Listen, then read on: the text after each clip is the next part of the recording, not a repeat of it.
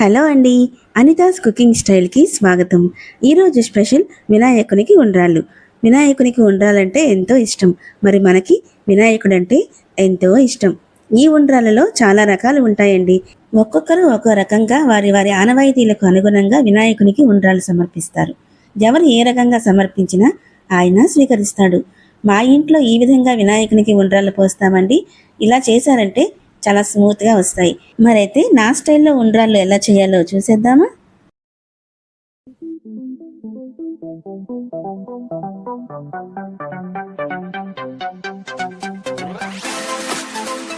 వీడియోలోకి వెళ్ళే ముందు ఎవరైతే సబ్స్క్రైబ్ చేసుకోలేదో సబ్స్క్రైబ్ చేసుకోండి. ఈ వీడియోకి ఒక లైక్ చేయండి. బెల్ ఐకాన్ ఆన్లో పెట్టుకోండి. నేను పెట్టే ప్రతి వీడియో మీకు నోటిఫికేషన్ వస్తుంది. మరిన్ని వీడియోస్ కోసం మన ఛానల్ ఫాలో అవ్వండి. ఇక మనం వీడియోలోకి వెళ్ళిపోతాం. ముందుగా దళసరి తెప్పాలు కానీ మూకుడు కానీ పెట్టుకోండి. నేనైతే మూకుడు వేసుకున్నాను. ఇలా కొలతల ప్రకారం చేస్తే ఉండ్రాళ్ళు అయితే చాలా సాఫ్ట్గా వస్తాయండి. గ్లాస్ వాటర్కి గ్లాస్ పిండి వేసుకోండి. నేను గ్లాసున్నర అంటే చిన్న గ్లాస్ తీసుకున్నాను. దాంతో గ్లాసున్నర అయితే వాటర్ వేసుకున్నాను.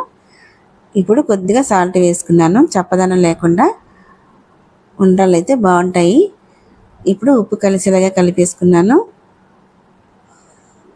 ఒక్కసారి మరిగిన తర్వాత మనం పిండి అయితే వేసుకుందాము, వరిపిండి. ఇదిగోండి, ఇప్పుడు ఇది ఇలాగా కలిపేసి మూత పెట్టుకుందాము. ఆ వేడికి మగ్గాలన్నమాట. ఇక స్టవ్ అయితే ఆఫ్ చేసేయాలి. ఇప్పుడు మూత పెట్టేసి నార్మల్ టెంపరేచర్కి వచ్చే వరకు వదిలేయాలి. గోరువెచ్చగా ఉన్నా కూడా పర్వాలేదు. నేను మధ్యలో ఒకసారి మళ్ళీ కలుపుకున్నాను. గ్లాసున్నర వాటర్కి గ్లాసున్నర పిండి అయితే వేసుకోవాలి. గ్లాసు వాటర్కి గ్లాస్ పిండి అయితే వేసుకోవాలన్నమాట. నేనైతే అంచనాగా కూడా చేసుకోగలను. మీకు లెక్క తెలియాలని చెప్పేసి కొలతల ప్రకారం చేసుకుంటే బాగుంటుంది కాబట్టి తెలియని వాళ్ళైతే ఇలా చేస్తే బాగుంటుంది. ఇప్పుడు ఉడికిపోయింది కదా, ఇలాగ మగ్గిందనమాట. చెయ్యి తడి చేసుకొని పిండి అంతా ఒక ఉండలాగా చేసేసుకోవాలి. పిండి పిండిగా ఉండలు లేకుండా ఇలాగా కలుపుకోవాలి.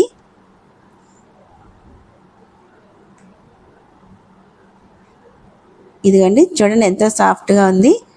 ఇప్పుడు మనం ఇలాగా తడి చేసుకొని ఎంత సైజు కావాలో మనకు కావాల్సిన సైజు ప్రకారం ఇలాగా ఉండలు చుట్టుకోవాలి. అన్నీ అలాగే ఉండలు చుట్టుకోవాలి. ఇదిగోండి, చూడండి, చూపిస్తాను ఎంత సాఫ్ట్గా ఉందో. చూసారా? ఇలా అయితే చేసుకోవాలి. ఇదిగోండి, పూర్వం అయితే పిండి ఆడించేసి చేసుకునేవారు. ఇప్పుడు మనకు బయట కూడా దొరుకుతుంది పిండి. ఇప్పుడు ఇందాక చేసాం కదా, ముద్ద ఉక్కించాం కదా, అందులోనే ఉండ్రాళ్ళు కూడా పోస్తాను. ఇప్పుడు ఇందులోకి బెల్లం వేసుకుందాము. తీపికి సరిపడా బెల్లం వేసుకోవాలి. అంటే ఇంచుమించుగా గ్లాసున్నర బెల్లం అయితే పడుతుందన్నమాట. ఇప్పుడు 2 గ్లాసులు వాటర్ అయితే వేసుకున్నాను. ఇదిగోండి, మళ్ళీ ఇప్పుడు మనం ఆర్దిలాగా చేసుకోవడానికి అదే గ్లాస్తో గ్లాస్ పిండి తీసుకున్నాను. వాటర్లో కానీ పాలలో కానీ కలుపుకోవచ్చు. నేనైతే వాటర్లో కలుపుతున్నాను. ఇదిగోండి, బెల్లం కలిసింది కదా. ఇదిగోండి, వాటర్ కలిపి పెట్టుకున్నాను పిండిని. ఇప్పుడు ఇది ఒకసారి కలిపేసి ఇందులో అయితే వేసేద్దాము. అది మరగకుండానే వేసుకోవాలి, ఎందుకంటే ఉండ కట్టేస్తుంది. ఇలా వేసుకుంటే మనం ఉండ కట్టకుండా కలుపుకోవచ్చు అనమాట. ఇప్పుడు మిడిల్ ఫ్లేమ్లో పెట్టుకుంటూ మెల్లిది మనం కలుపుకుంటూ ఉండాలన్నమాట.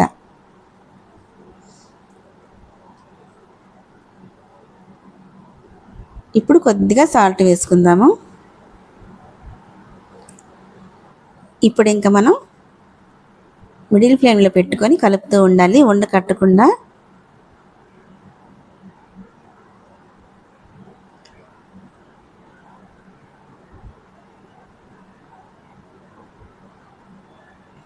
ఇదిగోండి, చిక్కబడుతుంది.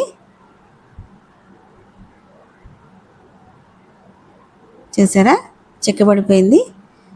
ఇప్పుడు ఆవు పాలు అయితే మరిగించిన ఆవు పాలు ఉన్నాయి, అవి అయితే వేస్తున్నాను. నేను కొంచెం వేసుకోవచ్చు, నేను కొద్దిగా ఎక్కువ వేసాను. ఇందాక మనం ఉండ్రాలు చేసుకున్నాం కదా, అవి కూడా వేసేద్దాం. చాలా సాఫ్ట్గా ఉంటాయి. నేను చెప్పిన కొలత ప్రకారం చేశారంటే నోట్లో వెన్నలా కరిగిపోతాయి అన్నమాట.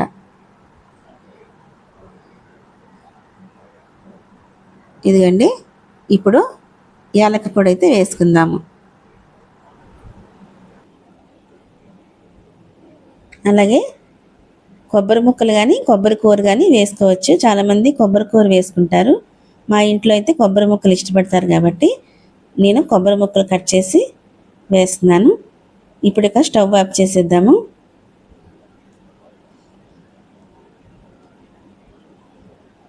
ఇదిగోండి, నేనైతే కొబ్బరి ముక్కలు కట్ చేసి పెట్టుకున్నాను. ఇవి వేసేస్తున్నాను.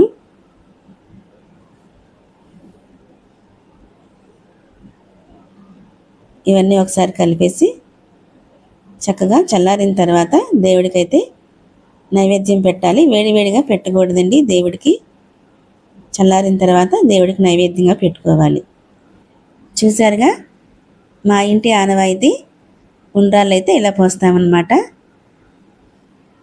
ఈ వీడియోకైతే ఇంతేనండి. ఈ వీడియో కనుక నచ్చితే లైక్ చేయండి, షేర్ చేయండి, కామెంట్ చేయండి అండ్ సబ్స్క్రైబ్ చేసుకోండి. మరో మంచి వీడియోతో మళ్ళీ కలుద్దాం. బాయ్.